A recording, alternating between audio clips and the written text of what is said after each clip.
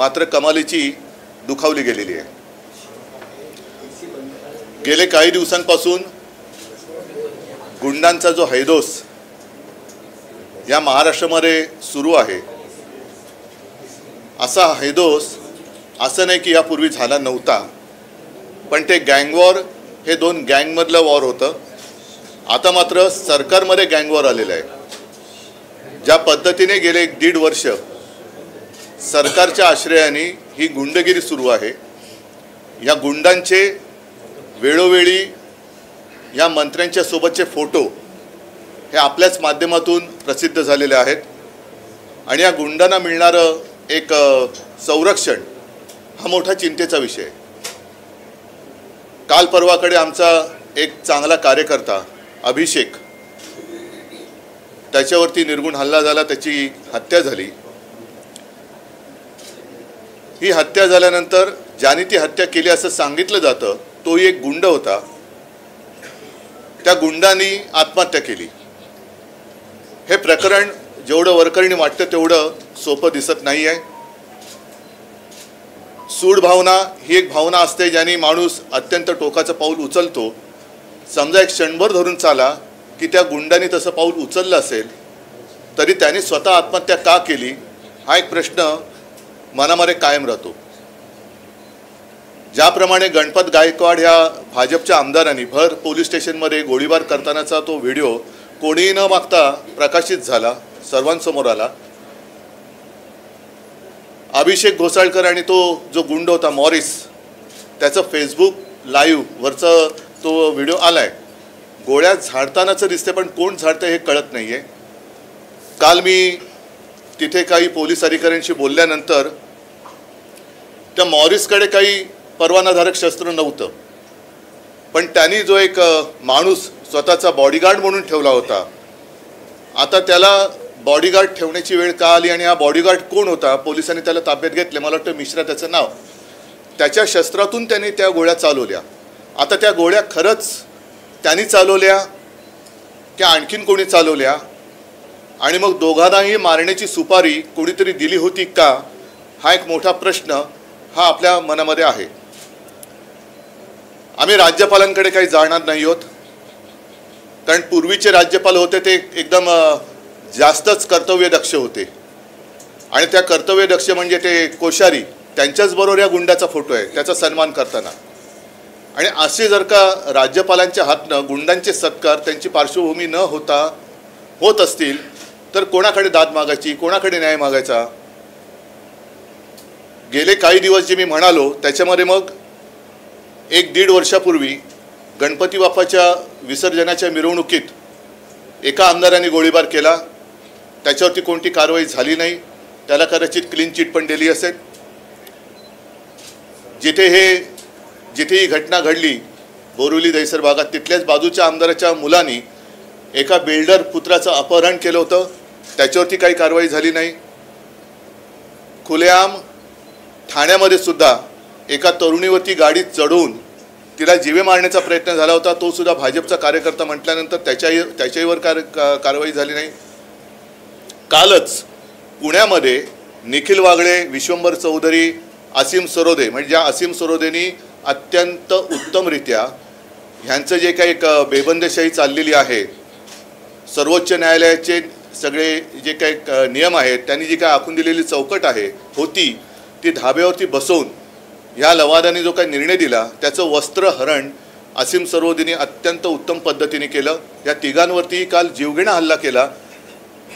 अचानक हल्ला तो झालेला नव्हता, भाजपच्या गुंडांनी त्यांना धमकी दिली होती, पोलिसांनी ह्यांना अडवून ठेवलं होतं, जाताना त्यांच्या गाडीवरती हल्ला झाला। तुम्ही सगळ्यांनी त्याचं चित्रीकरण केलं असेल नसेल, दाखवलं असेल नसेल, पण पोलिसांनी काही कारवाई केली नाही।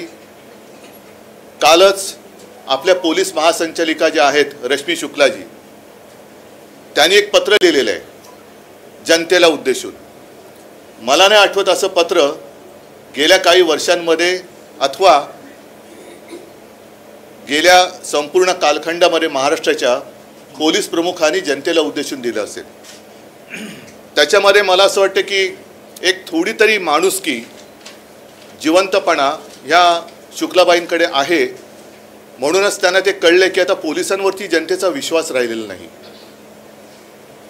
ज्या पद्धतीने काल देवेंद्र फडणवीस बोलले, मी त्यांना कलंक बोललो, फडतूस बोललो, आता माझ्याकडे शब्द नाही आहे. म्हणजे फडतूस कलंक हे फारच सौम्य शब्द झाले, पण निर्घुण आणि असं वाटायला लागले की यांची मानसिक तपासणी करावी की काय. आपल्या राज्याला एक मनोरुग्ण गृहमंत्री लाभलाय का, अशीच कालची त्यांची प्रतिक्रिया होती. अत्यंत संतापजनक होती.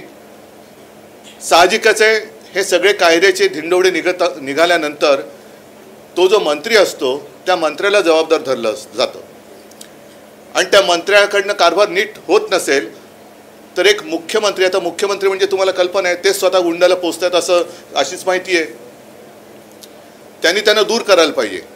पण यांच्यामध्ये कोणाकडेही एकमेकाकडे बोटं दाखवण्याची हिंमत नाही, कारण प्रत्येकजण स्वतःचं झाकून तर ठेवतातच आहेत आणि दुसरीकडे वाकून बघण्याची सुद्धा तसदी घेत नाही आहेत. पण फडणवीस जे बोलले की उद्या एखाद्या गाडीखाली कुत्रा आला, कुत्र्याचं पिल्लू, मला वाटतं त्यांनी श्वान शब्द वापरला. श्वान म्हणजे नुसता श्वान म्हणजे संस्कृत शब्द वापरला म्हणजे सुसंस्कृत होत नाही. संस्कृत शब्द वापरला म्हणजे अरे काय सुसंस्कृत आहे. हा सुसंस्कृत नाही आहे, हा निर्ढवलेला निर्गुण मनाचा, अत्यंत निर्दयी मनाचा गृहमंत्री आहे. तुम्ही गृहमंत्री म्हटल्यानंतर अगदी राज्यातल्या कुत्र्याच्या काय सर्व प्राण्यांच्या जीवाची जबाबदारी ही तुमच्याकडेच येते. माणसांच्या जबाबदारीची तर वेगळीच बात आहे.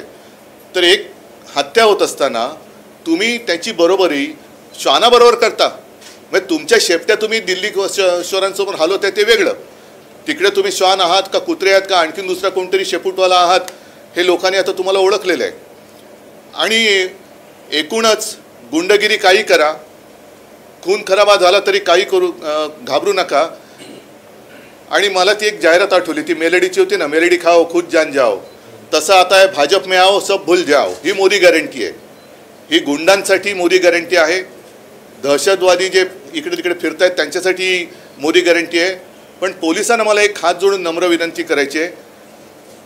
मी स्वतः मुख्यमंत्री होतो आणि प्रत्येक वेळेला जेव्हा जेव्हा पोलिसांवरती आरोप झाले तेव्हा मी खंबीरपणाने माझ्या महाराष्ट्र पोलिसांच्या मागे उभा राहिलो होतो. याचं कारण पोलीस हे त्यांना जर का आपण मोकळा हात दिला, त्यांचं काम करायला मोकळा हात दिला तर अप्रतिम काम करतात.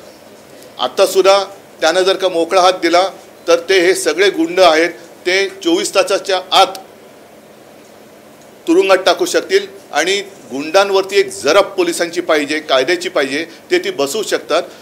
मात्र जर सरकारच गुंडांच्या मागे राहिलं उभं, पोलिसांच्या मागे उभं राहायच्या ऐवजी, तर हे खून खराबे हे असेच वाढत जाणार आहेत. आणि म्हणून मला असं वाटतं आम्ही राज्यपालांकडे जात नाही, कारण राज्यपालांकडनं आम्हाला कोणतीही अपेक्षा नाही. मुळामध्ये राज्यपाल पद यापुढे ठेवावं की न ठेवावं हाच आता प्रश्न निर्माण झालेला आहे. आणि त्याच्यासाठी जसं आम्ही गेल्या महिन्यामध्ये जो एक जनता न्यायालय हा एक प्रकार केला आणि सगळं जे काय थोतांड होतं हे जनतेसमोर आणलं, तसंच आम्ही तुमच्या माध्यमातून ह्या सरकारची बरखास्तीची मागणी करत आहोत. ह्या राज्यामध्ये राष्ट्रपती राजवट लागू करा आणि ताबडतोबीने निवडणुका घ्या, ही आमची आग्रही मागणी आहे. सर्वोच्च न्यायालयाला सुद्धा माझी जाहीर विनंती आहे की तुम्हीच एक आता शेवटच्या आशेचे किरण राहिलेले आहात. हे सरकार घटनाबाह्य आहे हे तुम्ही सांगून आता या मे महिन्यामध्ये एप्रिलमध्ये 1 वर्ष होईल, तरीसुद्धा हे घटनाबाह्य सरकार इकडे चालू आहे. हे घटनाबाह्य सरकार या महाराष्ट्रात राज्य करताना या सरकारचा कोणताही कारभार किंवा कारभारावरती वचक राहिलेलं नाही, त्यांना कारभार करता येत नाही आहे. म्हणून सर्वोच्च न्यायालयाला सुद्धा मी विनंती करतो की आपण ताशेरे मारलेत, यांना झापल्यानंतर सुद्धा शहाण्याला शब्दाचा मार पुरेसा असतो, पण यांना शब्दाचा मार पुरेसा होत नाही. तर न्यायालय हे न्यायालय राहिलं पाहिजे, त्याचं झापालय होता कामा नये. म्हणजे नुसतं झापलं आणि सोडून दिलं असं होणार नाही, कारण ह्यांना आता ते शब्दाच्या माराच्या पलीकडे गेलेत. कृपा करा, आपण एक शेवटची आशा आहात, आम्हाला लवकरात लवकर या आमच्या बाबतीत निकाल द्या, जनतेला आणि लोकशाहीला वाचवा, न्याय द्या. मी सर्वोच्च न्यायालयाला सुद्धा हात जोडून विनंती करतो आहे.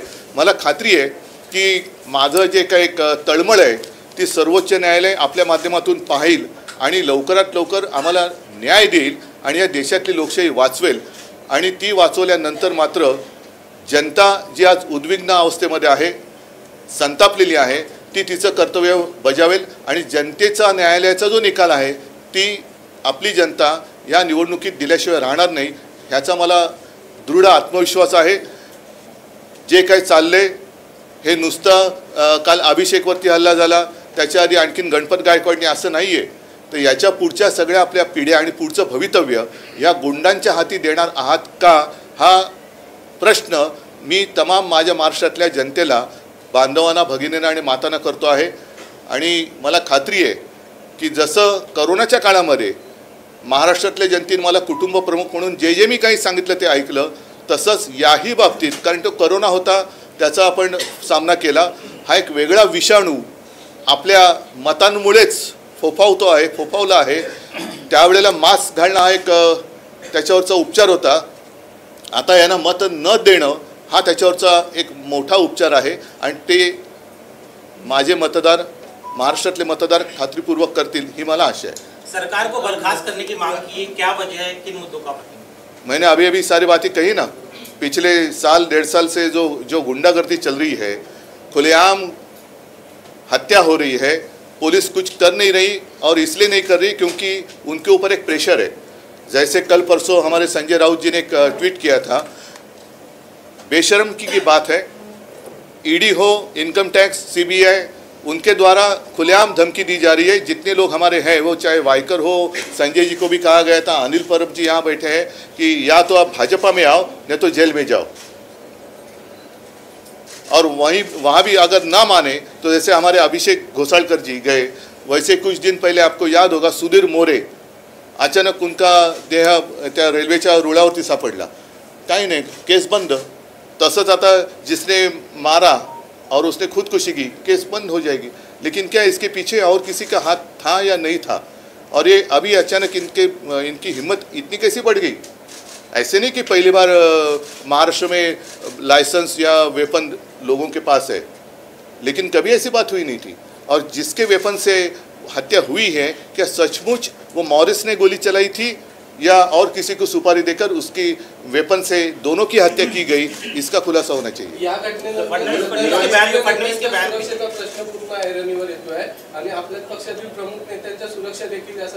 नाही, तुम्ही बघा, मी कधी त्याच्याबद्दल हे केलेलं नाही आहे, आम्ही असहाय्यतेने कधीच गेलेलो नाही आहे। तुम्ही अगदी मातोश्रीवरची पण सुरक्षा बघता, संजय राऊतना सुद्धा एक सुद्धा आता संरक्षक नाही आहे, अनिल परवांचं तुम्ही बघा, सगळीकडेच। म्हणजे हे ज्यांना द्यायला पाहिजे, जे न्यायासाठी, लोकशाहीसाठी लढत आहेत, त्यांचं संरक्षण काढून हे गुंडांना संरक्षण देत आहेत। आणि अशी नावं मी घेऊ शकतो की किती गुंडांना, जे तुरुंगात होते त्यातनं बाहेर आलेल्यांना किती जणांना संरक्षण आहे, अगदी पोलीस संरक्षण आहे, हे सुद्धा तुम्ही चौकशी केली तर तुम्हालाही कळेल। गायकवाड यांनी गोळीबार केला, मात्र अद्यापही त्यांचा राजीनामा मागितला नाही, कोणी त्याच्यावरती भाष्य करत नाहीये। आता जर देवेंद्र फडणवीस विरोधी पक्ष नेते असते तर त्यांनी म्हणजे संपूर्ण महाराष्ट्र, त्यांनी धुमाकूळ घातला असता, म्हणजे गणपत गायकवाडांचा राजीनामा हा भागच वेगळा, पण गणपत गायकवाडांवरती गोळीबार करण्याची वेळ का आली ह्याचा तुम्ही काही विचार करणार की नाही? गणपत गायकवाड जे बोलले की मेंढ्यांकडे त्यांचे करोडो रुपये आहेत, तिकडे ईडी जाणार आहे की नाही? हे करोडो रुपये कसले, कुठून आले, कोणाकडे दिले, हे खुलेआम दिसतंय। म्हणूनच म्हटलं की भाजपा में आओ, सब कुछ भूल जाओ, ये मोदी गारंटी है। माझं मत आहे की पहिलं महाराष्ट्रामध्ये राष्ट्रपती राजवट लावा आणि ती राष्ट्रपती राजवट सुद्धा जर पुन्हा हेच त्यांचेच कार्यकर्ते जर राज्यपाल म्हणून बसणार असतील तर चंदीगडमध्ये जो प्रकार झाला की त्यांचाच कार्यकर्ता तिकडे निवडणूक अधिकारी म्हणून बसवला आणि अगदी उघड हे आपले सरन्यायाधीश बोलले की हा लोकशाहीचा मुर्दा पडला आहे। तर माझं सरन्यायाधीशांना एक विनंती आहे की असे किती मुर्दे आपण बघत बसणार सगळे मिळून, त्याच्यापेक्षा तुम्ही एकदा जे कोणी मुर्दे फारस आहेत त्यांना फासावरती लटकवा आणि लोकशाही वाचवा, देशाला वाचवा।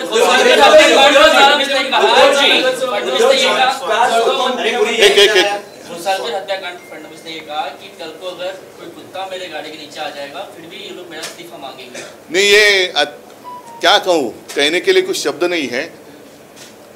अगर उनके ऊपर जब कुछ कोई बीतेगी बात देवेंद्र फडणवीस जी के ऊपर, मैं नहीं चाहता कि उनके ऊपर ऐसी बात बीते, लेकिन अगर बीतेगी तो फिर उनकी भावना क्या होगी। और जो भी गृह मंत्री अपने राज्य में जनता का संरक्षण नहीं कर सकता, कुत्ता तो वफादार होता है, ये तो लोमड़ी के जैसे है, ये गृह मंत्री तो लोमड़ी के जैसे है। लोमड़ी का मतलब जानते हो आप? उद्धव जी, काल उपमुख्यमंत्र्यांनी प्रतिक्रिया देताना असंही म्हटलंय की झालेला प्रकार हा अत्यंत गंभीर आहे, पण यामागची कारणं ही शोधली गेली पाहिजेत. काही ओके, ठीक आहे. बरं, मग तसंच आणि महेश मग गणपत प्रकरणातही जमिनीचे व्यवहार होते, राजकीय स्पर्धा होती आणि या प्रकरणातही राजकीय स्पर्धा आणि काही व्यवहार आहेत असेही दिसून येते किंवा अशी चर्चा आहे.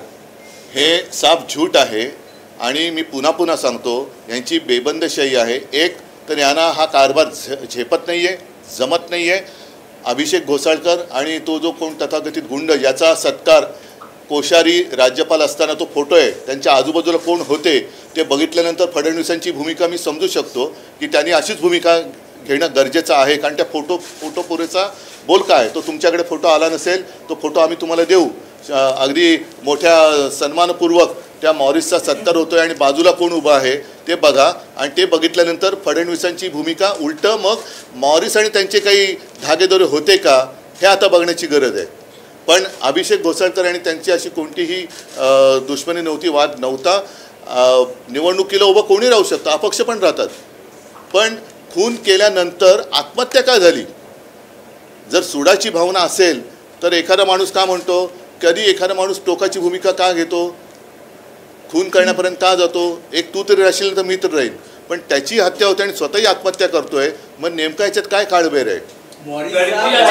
आणि उलट एकच मिनिट, मग तो जो फोटो आहे कोश्यारी त्या मॉरिसचा सत्कार करतात, त्या फोटोत असणाऱ्या सगळ्यांची याच्याशी काही धागेदोरे आहेत का ते पण बघा.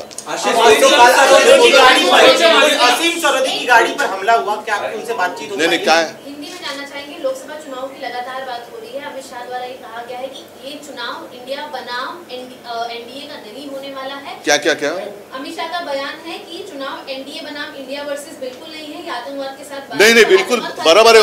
उनका कहना बराबर है. ये तानाशाही के खिलाफ लोकशाही, ऐसा ही चुनाव है.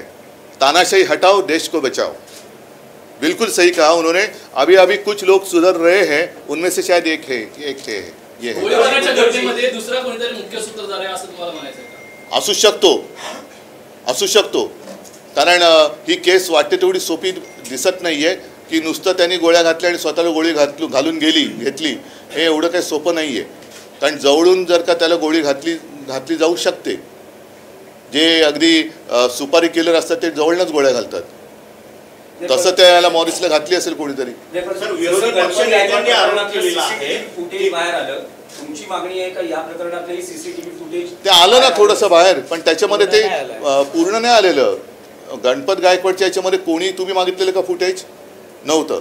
आमचं निवडणुकीच्या वेळेचं अंतर्गत निवडणुका झाल्या त्याचं फुटेज कोणी मागितलं नव्हतं, तरीसुद्धा यांनी निकाल दिला. मग हे फुटेज आम्हाला बाहेर काढावं लागलं. हे एका काही तासामध्ये हे फुटेज बाहेर आलं, कारण ते त्यांच्या सोयीचं होतं.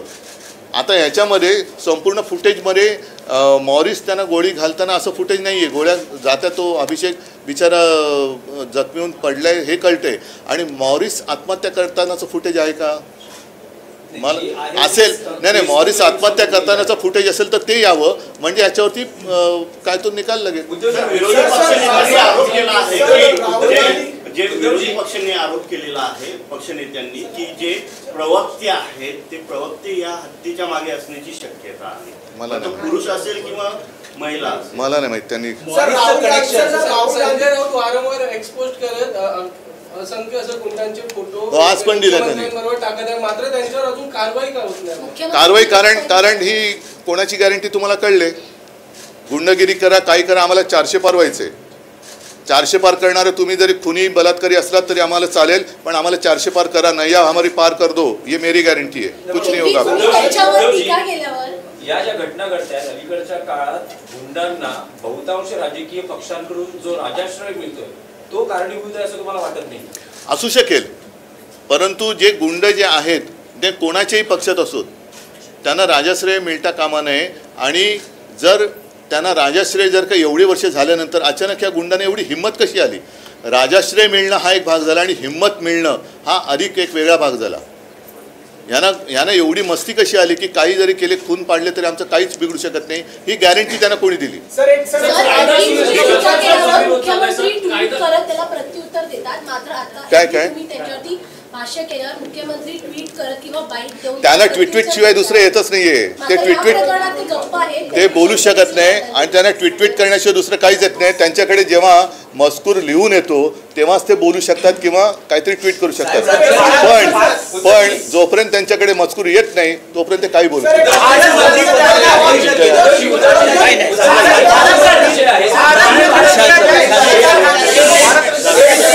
मी आता ऐका एकच मिनिट.